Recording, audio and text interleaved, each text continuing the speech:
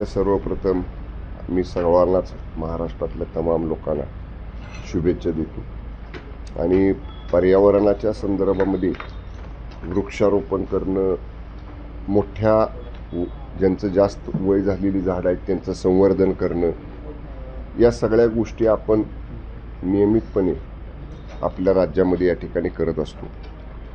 गेल्या वर्षीपासून आपण पर्यटन विभागामार्फत ज्या ज्या ठिकाणी आमचे रिसॉर्ट आहेत किंवा ज्या ज्या ठिकाणी आमच्या थंड हवेच्या ठिकाणी वगैरे आमच्या मालमत्ता आहेत, अशा ठिकाणी नियमित स्वच्छता मोहीम तर असतेच, परंतु विशेष अशा पद्धतीच्या स्वच्छता मोहिमा या देखील या दिवशी आपण करतो. आणि मी मगाशी म्हटलं तसं पर्यटन विभागाच्या ज्या रिसॉर्ट्स आहेत त्या ठिकाणी बरेच अगदी 50-50, 100-100 वर्षापेक्षा जास्त जुनी झाडं आहेत आणि मग अनेक वेळा त्याचं संवर्धन केलं नाही, त्याची निगा राखली नाही तर मग त्यांना कालांतरानं धोका पोचून ती झाडं नष्ट होतात. तर त्याच्यासाठी सुद्धा आम्ही नियमितच सांगितलेलं आहे की अशा जुन्या झाडांचं म्हणजे जिथं कुठं वाळवी लागली असेल तेवढ्यापुरता भाग काढून टाकणं, त्याला नवी पालवी कशी फुटेल किंवा ते आहे तसं कसं राहील, तर या गोष्टीचे प्रयत्न आमच्या विभागाकडनं सुरू आहेत. विधान परिषदेसाठी झाल्या आहेत महायुतीच्या 11 ठिकाणी अजूनही लढती होणार आहेत, कशा पद्धतीनं? नाही, आता सर्वप्रथम जर तुम्ही पाहिलं ना, एखादा दुसरा अपवाद सोडला तर महायुतीमध्ये एकत्र आम्ही सगळेजण लढतोय. तुम्ही पाहिलं कालच्या जागा बिनविरोध महायुतीच्या होताना महाविकास आघाडीच्या उमेदवारांनी माघार घेतलेली आहे. मग त्यांनी उमेदवारी अर्ज भरले, निवडणूक रंगतदार होणार म्हणून वक्तव्य केली, पण ऐनवेळी मतांचं समीकरण बघितल्यानंतर तिथल्या विधान परिषद स्थानिक स्वराज्य संस्था मतदारसंघातलं आपला टिकाव महायुती पुढे लागत नाही किंवा लागणार नाही हे लक्षात आल्यानंतर महाविकास आघाडीच्या उमेदवारांनी कालच्या शेवटच्या दिवशी शेवटच्या 1-2 तासामध्ये माघार घेऊन ती इलेक्शन सोडलेलं आहे. त्यामुळं आत्तासुद्धा ह्या 17 जागा ज्या आहेत ना, मी पहिल्या दिवशीपासून सांगतो, आमच्या जागा वाटपाची चर्चा झाली. जागा वाटपामध्ये आम्हाला 4 जागा आल्या, शिवसेनेला, राष्ट्रवादी काँग्रेसला 2 जागा आल्या आणि 11 जागा भारतीय जनता पक्षानं लढल्या.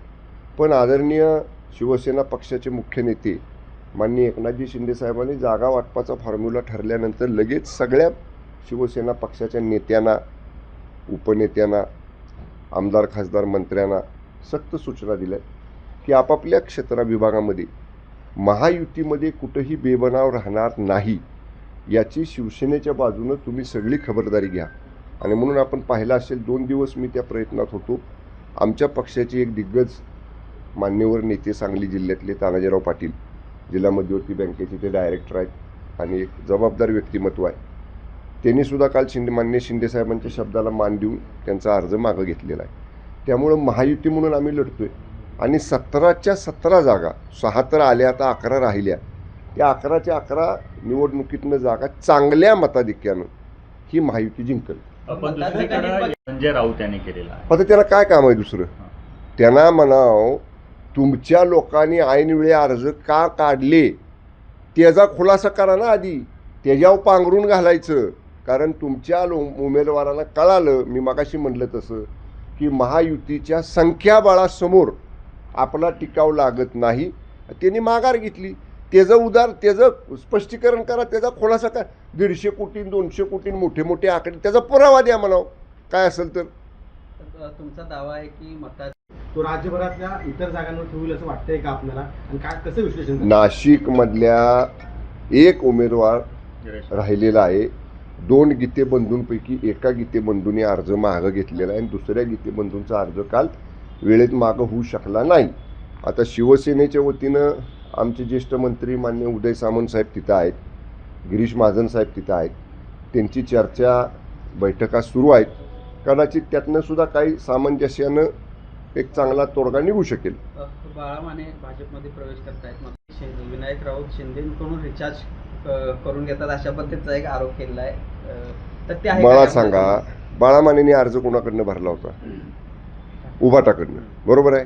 काल अर्ज माघार घेईपर्यंत संजय राऊत म्हणायचे बाळा माने आमचे उमेदवार आहेत, आम्ही ताकदीनं लढणार, महायुतीला त्यांची जागा कोकणात दाखवणार, कोकणात उबाटा प्रबळ आहे. ही वाक्य तुम्ही काढा 2-3 दिवसापूर्वीची संजय राऊत साहेबांची.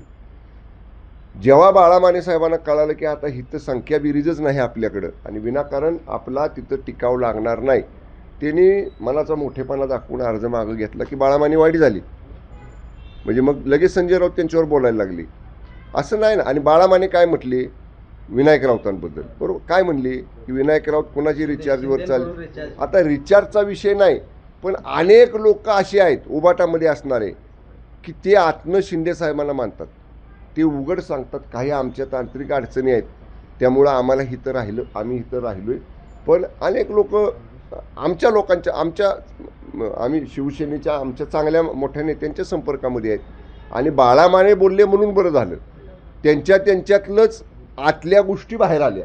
आम्ही कुणी बोललो नाही, भारतीय जनता पक्षाचं कुणी बोललं नाही. बाळा माने उबाटा आणि विनायक राऊत उबाटा, त्यामुळं त्यांच्यातल्याच गोष्टी ज्या काय आहेत त्या आता बाहेर आल्या. एका दृष्टीनं बरं झालं, महाराष्ट्रातल्या लोकांना उबाटामध्ये आतमध्ये काय चाललंय हे बाळा मानेंच्या वक्तव्यामुळे बाहेर लोकांना कळालं. पण त्यांनी मग असा देखील दावा केलेला आहे की उदय सामंत बघितल्यानंतर महाविकास आघाडीच्या उमेदवारांनी मागितली, मात्र विरोधकांकडून आरोप होतो की मोठ्या प्रमाणावर महायुतीकडून दबावाचं राजकारण केलं गेलं, पैशाची आमिष दाखवली गेलेली आहेत आणि त्यामुळं एका मताला किमान 25 लाख रुपयांची ऑफर. काय मला पुरावा द्यायला का तिने कुणी? असं जे लोक बोलतात सांगा ना त्याला, म्हणा काय पुरावा द्या. उगाच हवेतल्या गप्पा मारण्यात काही अर्थ नाही. मी काय पहिलं वाक्य काय सांगितलं, मतांचं हे बघा, शिवसेनेची मतं, भारतीय जनता पक्षाची मतं, राष्ट्रवादी काँग्रेस अजितदादा पवार गटाची मतं आणि त्याचबरोबर आमच्याबरोबर असणाऱ्या स्थानिक आघाड्या आहेत.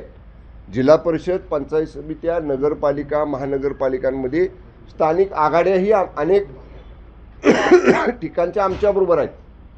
त्यामुळे या सगळ्यांची बेरीज जर पाहिली ना तर पुढं महाविकास आघाडीचा टिकावच लागू शकत नाही. आणि अशा परिस्थितीमध्ये अर्ज भरायचा, शेवटच्या क्षणापर्यंत म्हणायचा अटीतटीची निवडणूक होणार, आम्ही महायुतीला त्यांची जागा दाखवू, हे मोठी मोठी वक्तव्ये संजय राऊत नेहमीच करतात. काय त्यातलं खरं होतं, काय खरं होत नाही. तसंच हे मोठ्या रकमेंचे आकडे बोलायचे आणि आपलं त्यांना सवय आहे रोज सकाळी काहीतरी अशा पद्धतीचं भडक वक्तव्य करून, पण त्याला काही त्याच्यामध्ये कसलंही तथ्य नाही. नाशिकमधल्या महायुतीच्या ज्या सगळ्या कारण संजय शिरसाट यांनी देखील परवा दावा केला की भाजप कुठल्या शिंदे सेनेला प्रयत्न करते किंवा मला सांगा, महायुतीमध्ये मोठा पक्ष भाजप आहे, त्यांच्या खालोखाल आम्ही आहोत आणि आमच्या खालोखाल राष्ट्रवादी काँग्रेस, शरद पवार, अजितदादा गट आहे. जर समन्वय नसता, जर आमच्यात एकमेकांच्या मध्ये बेबनाव असता तर 2 दिवस मला सांगलीला पाठवून मान्य शिंदे साहेबांनी तानाजीराव पाटलांच्यासारख्या दिग्गज नेत्याला त्यांना विनंती करून त्यांचं मन परिवर्तन करून अर्ज माघार घ्यायला लावली नसती ना. आम्ही हाताची घडी घालून बघत बसलो असतो. त्यामुळं बिलकुल असं काही नाही. हे बघा, किरकोळ कुरबुरी ह्या सगळ्याच पक्षात जातात. ते एकत्र 3 पक्षांचं एकत्र सरकार म्हणल्यावर थोडंसं भांड्याला भांडं कुठेतरी लागतं. पण आम्ही एवढी काळजी घेतो की भांड्याला भांडं लागलेला आवाज घराच्या बाहेर जाणार नाही, आपल्या घरातच राहील, शेजारच्या घरात कळणार नाही, एवढी काळजी आम्ही घेत असतो. राज्यामध्ये 22 सावकार आहेत म्हणजे लायसन, तर तरीही या बाकीच्या सावकारांची संख्या कमी होताना दिसत नाही. विदर्भ, मराठवाड्यामध्ये शेतकऱ्यांची मोठ्या प्रमाणात पिळवणूक चालू आहे. याच्यावर राज्य सरकार किंवा काय प्रश्न? बरं का, मी पाठीमागं जेव्हा गृह विभागाचा राज्यमंत्री होतो आणि ग्रामीण गृह विभाग हा माझ्याकडे होता, त्यावेळी सहकार विभागाला, कारण खाजगी सावकारांना लायसन द्यायचा अधिकार हा सहकार विभागाचा आहे, त्यामुळे मी त्यावेळी गृह विभाग आणि सहकार विभाग असं जॉईंट ऑपरेशन त्यावेळी आम्ही राबवलं होतं.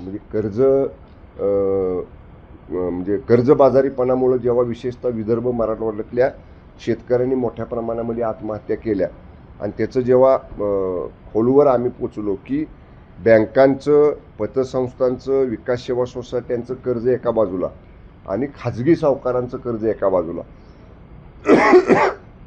त्या खाजगी सावकारांच्या कर्जाचं प्रमाण किंवा ते जे व्याजावर चक्रव्याज व्याज ही जी काही त्यांची खाजगी सावकारी जे म्हणतो आपण पिळवणूक, तर त्याच्यावर आम्ही जॉईंट मोहीम राबवलेली होती आणि त्यावेळी बऱ्यापैकी त्याला प्रतिबंध बसला होता. कदाचित माननीय मुख्यमंत्री फडणवीस साहेब आणि सहकार मंत्री माननीय बाळासाहेब पाटील साहेब, आपला जो प्रश्न आहे तो मुंबईला गेल्यावर मी त्या दोन्ही नेते मंडळींच्या कानावरती घालेन. परत एकदा जर असं काही जॉईंट मोहीम राबवता आली सहकार विभाग आणि गृह विभाग, तर नक्की ह्या खाजगी सावकारांना सुद्धा, आणि बऱ्यापैकी त्याच्यानंतर प्रतिबंध पायबंद त्याला बसला होता, कारवाई झाल्या, अटक झाली.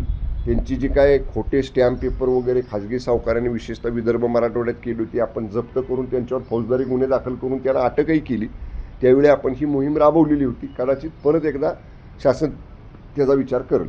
ठीक आहे. पाटील महामंडळातले गेल्या काही दिवसापासून प्रकरणं पण होत नाहीत, त्यांचा व्याज परतावा आलेला नाही. त्याचबरोबर नवीन प्रकरण करायला गेलं तर ड्राईव्ह मुवमेंट बदललेलं आहे, की वाहन चालन असेल किंवा दुसऱ्या गोष्टी बदलत असतील. अण्णासाहेब पाटील महामंडळाला एक रक्कम मिळालेली नाही व्याज परतावा. मराठा आरक्षण मंत्रिमंडळ उपसमिती जी आहे माननीय विखे पाटील साहेबांच्या अध्यक्षतेखाली, पाठीमागं चंद्रकांत दादा अध्यक्ष होते, त्या समितीचा सलग मी गेली 2022पासून सदस्य आहे. आता मागच्या मंगळवारी मंत्रिमंडळाची बैठक झाल्यानंतर मराठा आरक्षण मंत्रिमंडळ उपसमितीची बैठक झाली. हा विषय त्याच्यामध्ये आला होता. महामंडळाचे अध्यक्ष माननीय नरेंद्र पाटील साहेब त्या बैठकीला होते आणि त्याच्या संदर्भामध्ये आपण 750 कोटी रुपयाची तरतूद या 2026-27च्या अर्थसंकल्पामध्ये अण्णासाहेब पाटील आर्थिक विकास महामंडळासाठी केलेली आहे. पूर्वी ही तरतूद 150-200 कोटी रुपयेपर्यंत 300 कोटी रुपयेपर्यंत असायची. यावर्षी आपण ती 750 कोटी रुपये केलेली आहे आणि अध्यक्ष अण्णासाहेब पाटील आर्थिक विकास महामंडळ आणि कार्यकारी संचालक अण्णासाहेब पाटील आर्थिक विकास महामंडळ या दोघांची लवकरच संयुक्त बैठक मंत्रिमंडळ आरक्षण उपसमिती मराठा आरक्षण उपसमिती जी आहे त्यांच्या अध्यक्ष विखे पाटील साहेबांच्या बरोबर कालच्या बैठकीत ठरलं. ह्या दोघांची संयुक्त बैठक घ्यायची, सुलभपणा कसा आणता येईल आणि जुना व्याज परतावा जो राहिला आहे 2 आर्थिक वर्षातला तो कसा क्लिअर करता येईल या बाबतीतली सुद्धा चर्चा त्या बैठकीमध्ये झालेली आहे. कदाचित याच आठवड्यातल्या मंत्रिमंडळ बैठकीनंतर माननीय विखे पाटील साहेब अण्णासाहेब पाटील आर्थिक विकास महामंडळ अध्यक्ष आणि कार्यकारी संचालकांची बैठक घेऊन त्यातनं काहीतरी योग्य मार्ग काढतील. या येणाऱ्या अधिवेशनामध्ये खांदे पाटील होण्याची काही शक्यता आहे का?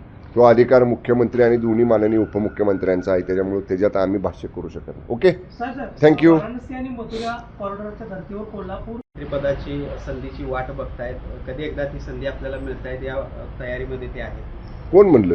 बाळा मानेच म्हणतात. काय संबंध नाही, काही संबंध नाही त्यांचा. ते बाळामानेंना आमच्या शिवसेनेतल्या अंतर्गत गोष्टी माहीत असायचं काही कारण नाही.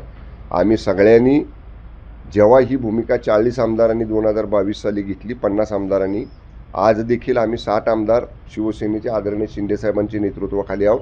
आमचे नेते, पक्षाचे मुख्य नेते आदरणीय एकनाथजी शिंदेसाहेब आहेत. आमच्यातला कुणीही ना मंत्री, ना आमदार, ना खासदार, ना कुणी नेता, आम्ही एकमेव नेतृत्व पक्षामध्ये मानलेलं आहे, ते आदरणीय शिंदेसाहेबांचं आहे. त्यामुळं आमच्यात गैरसमज निर्माण करायचा, माननीय उदय सामंत साहेबांकडे लोकांनी शंकेनं बघावं, याच्यासाठी केवळ ते बाळमानेंचं स्टेटमेंट असू शकतं. त्याच्यामध्ये 0% तथ्य आहे. चला, भाजप आणि शिवसेना शिंदे गटामधलं जे काय विकास होतोय, पर्यटनाला कोल्हापुरात कशी चालना मिळेल? मी आता बैठक घेतो आहे कलेक्टर ऑफिसला. माझ्या दोन्ही विभागांची आढावा बैठक आता कलेक्टर ऑफिसमध्ये आहे. पोटेन्शियल कोल्हापूर जिल्ह्यामध्ये टुरिझमला खूप आहे.